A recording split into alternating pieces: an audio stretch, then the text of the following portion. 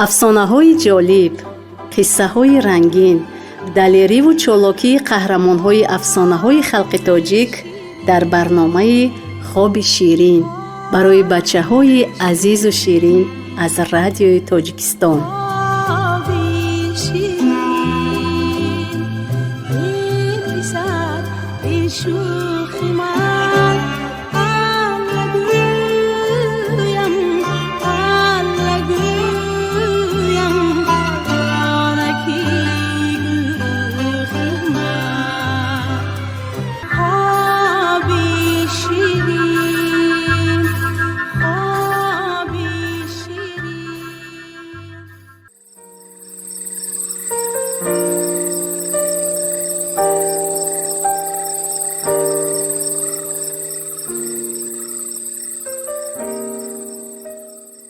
табиби доно, афсонаи итолиёвӣ.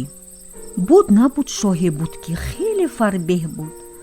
ӯ ҳамаи табибони мамлакатро ба дарбор даъват кард ва аз онҳо хост ки пеши роҳи фарбеҳшавиашро гиранд. табибон ҳар коре карданд, манфиат надод. боре ба дарбор табиби доное омад.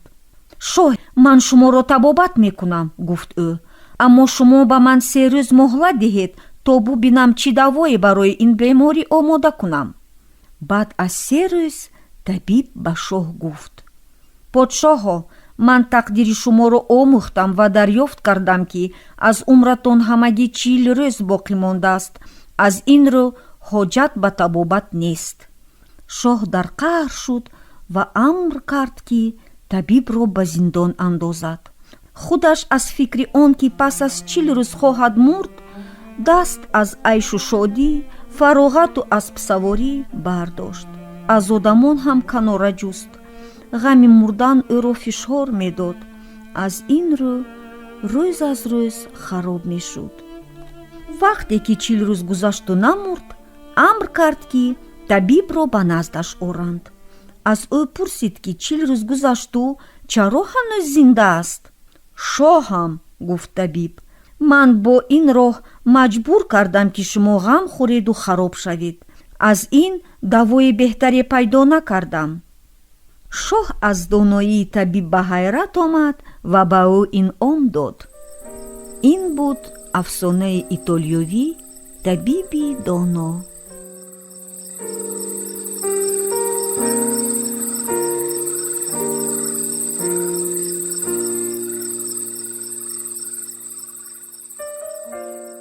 аз китобчаи афсонаҳои мардуми дунё. афсонаи форсӣ. хари беақл ва шеру рӯбоҳ. буд набуд, ҷангале буд ва дар ин ҷангал шеру рӯбоҳе буданд. рӯзе шер ба рӯбоҳ гуфт: раву бароям ҷондоре биёр, то гуруснагиро рафъ кунам. рӯбоҳ рафту харро дид. ба хар гуфт: шер ба ҷои худ дар ҷангал шоҳи нав таъин кардани аст. бигзор ин мансаб насиби ту бошад. биё назди шер равем. ҳамин ки хару рӯбоҳ наздики шер расиданд, шоҳи ҷангал бар сари хар тохт ва гӯшҳояшро барканд. хар бо азобе фирор кард.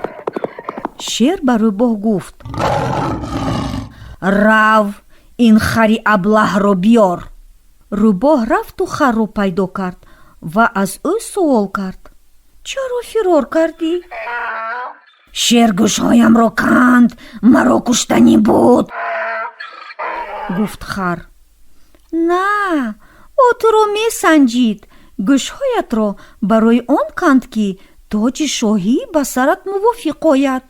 ба ҳила шурӯъ кард рӯбоҳ. хар ба найранги рӯбоҳ афтод ва гуфт: рост, гӯшҳоям ба пӯшидани тоҷ халал мерасонад. биё равем. вақте ки наздик расиданд, боз шер ҳуҷум карду ин навбат думи харро канд. хар ҷуфтак заду гӯрехт. шер бо аз даст рафтани сайд дар ғазаб шуд ва ба рӯбоҳ амр кард ки раваду боз харро орад.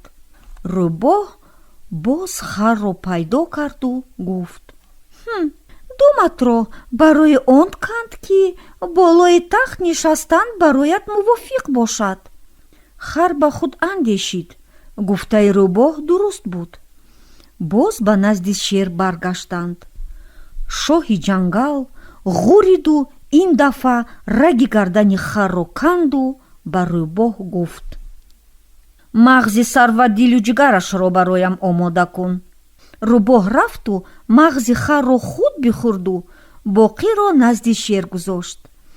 шер баро шуфту гуфт: чаро мағзи сарашро наёвардӣ? рӯбоҳ таъзим карду ҷавоб дод: муҳтарам шер, агар ин хар дар сараш мағзе медошт, баъди 2 бор ҳадафи ҳамла қарор гирифтан, маротибаи сеюм ба назди ту намеомад.